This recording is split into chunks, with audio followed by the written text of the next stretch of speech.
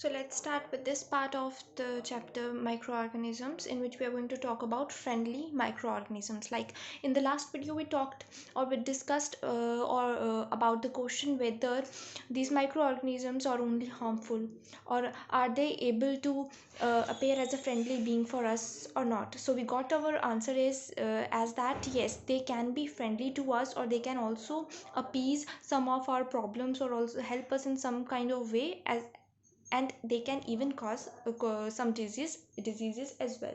So the role of microorganisms in our life is both friendly as well as harmful. So we will discuss friendly in the beginning. See, microorganisms really help us in a lot of or in various things. They in our houses or in household items, they help in the making of bread. They help in making curd,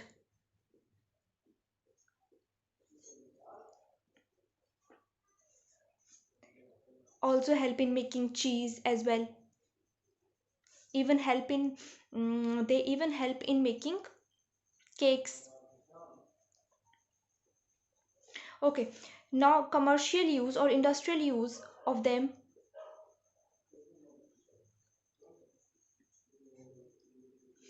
See, commercially these microorganisms appear helpful in production of alcohol, right?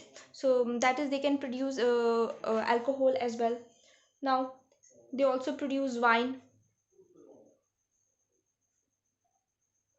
from fruit juices.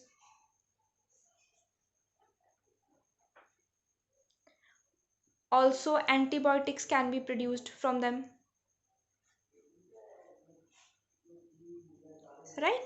Antibiotics are basically some microorganisms which help to cure some kind of disease. So we've got some microorganisms which cause us diseases, but on the other hand we also have some other microorganisms which basically help us in the treatment of that disease. So here is a perfect example of both friendly and harmful microorganisms, right?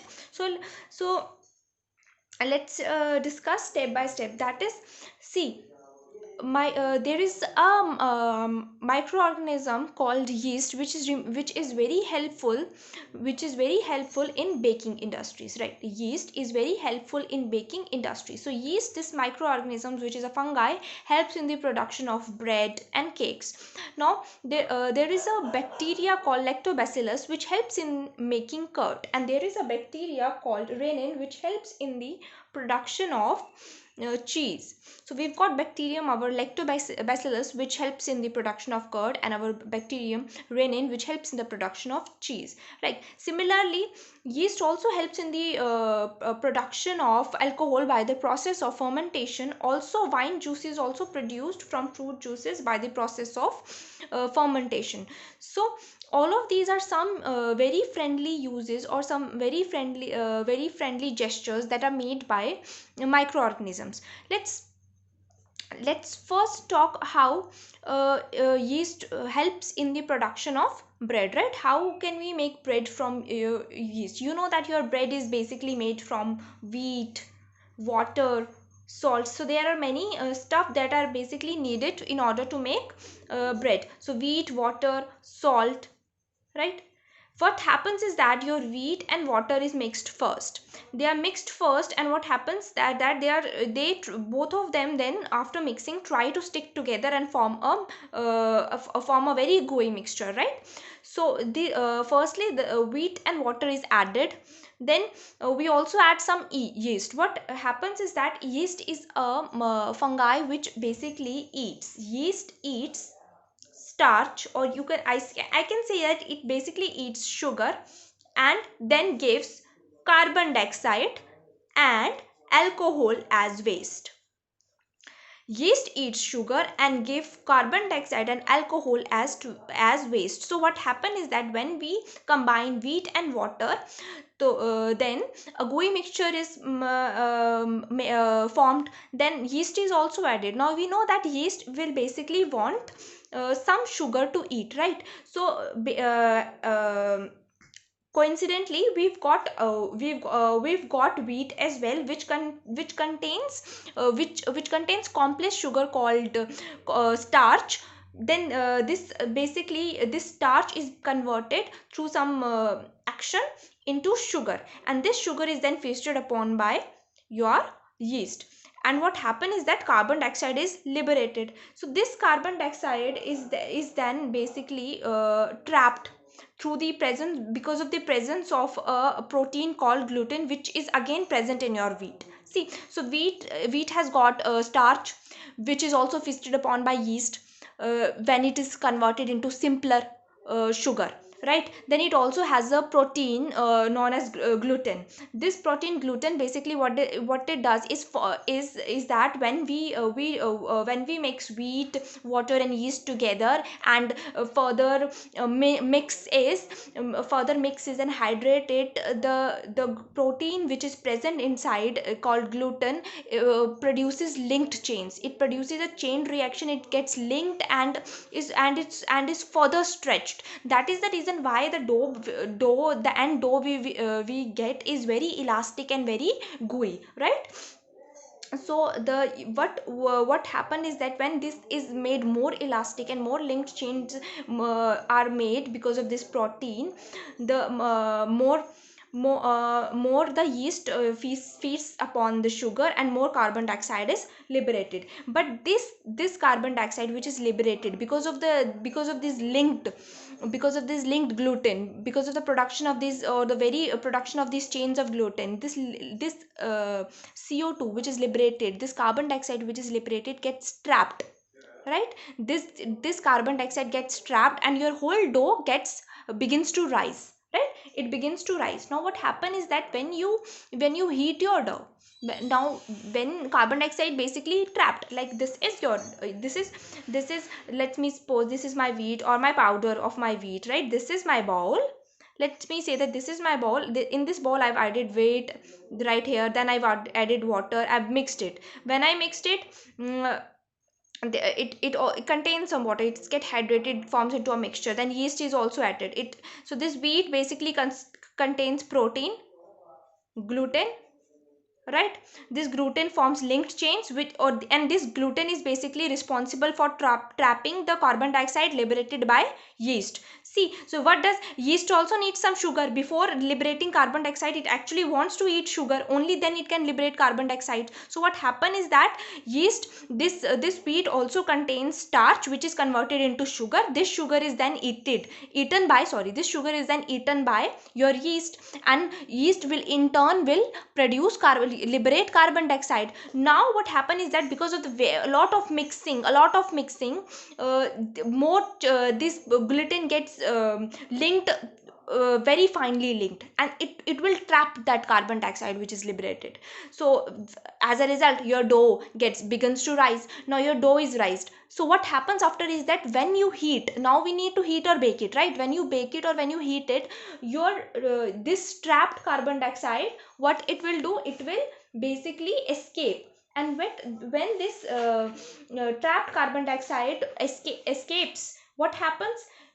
The food item or the bread that we are making becomes porous and fluffy, because now whole of the carbon dioxide which was trapped inside because of the heating is now escaped, and your bread becomes fluffy. So this whole process is basically needed in order to form bread. And in this way your our yeast is helpful for us to make a bread. See, so now we know how bread is produced, right? Now curd is produced also in a similar way.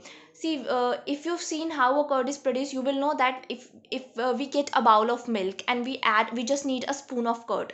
You will take a bowl of curd and you will take just a spoon of curd and you will add it, right? And your milk needs to be just warm. It's not important, or it's not needed, it's not advised for your milk to be too hot or too cold. It just needs to be warm at a normal temperature. Only then this process can be carried out.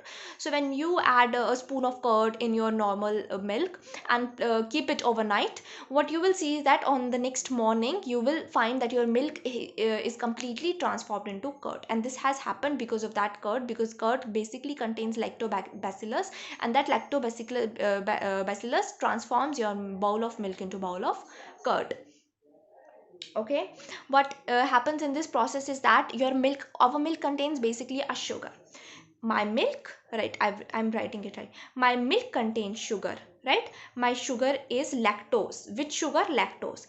Because of lactobacillus, this lactose is basically converted into lactic acid. But in which it is converted, it is converted into lactic acid, right? So my lactose is converted into lactic acid, and this lactic acid gives a sour taste to my milk. Okay, now my milk now that is the reason why your curd is sour, right? Milk is sweet but curd is sour. It's because of the formation of this lactic acid.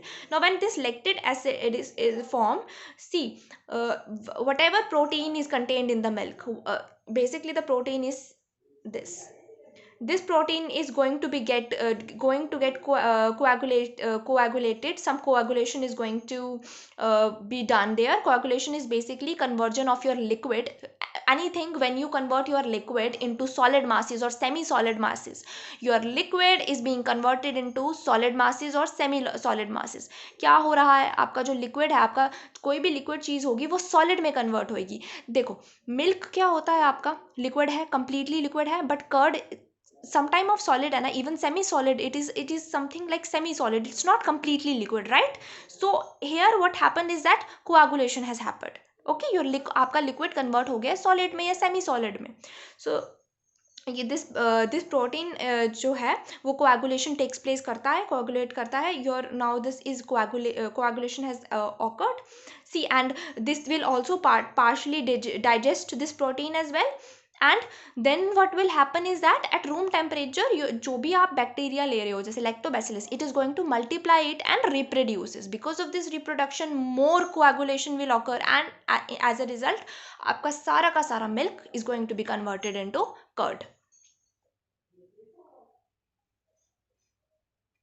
Through the same process of fermentation, we can also get alcohol and wine from juice. Like alcohol is also because of the fermentation, and you will see in your notes that what fermentation is. It is basically just enzymatic breakdown. Whatever enzyme is present, that large organism, okay, that large organic compound is basically broken into small in the absence of air. Whenever you break a large compound into smaller one in the absence of air, air should be absence. That whole process is your fermentation. एक पूरा large compound लो, अगर आप उसको break down कर रहे हो छोटे हिस्सों में, ये बड़ा compound, if you are breaking it into smaller compound, but in the absence of air, no air should be present, then this process is basically fermentation, right? And through this process you get alcohol as well. Okay, so this basically gives us some view about our friendly microorganisms. Okay, now there are also more uses of them as well. You can find them in notes as well. Like your microorganism, basically what they do increase the fertility of soil, right? They also increase the fertility of soil. For example, we've got blue green algae, right? You know, a blue green algae, it's a compound which actually increases the fertility by fixing the amount of nitrogen. See, in this chapter we are going to actually discuss a very important nitrogen as a very important thing. You will know the importance of nitrogen as well. So overall I can say that um, through these microorganisms we can also increase the fertility of soil, because there is some kind of bacteria which is present in the root modules of a plant. And if there is basically if there is a bacteria present in the root nodules of plant, see, then what it does is that that bacteria basically converts into nitrogenous compounds.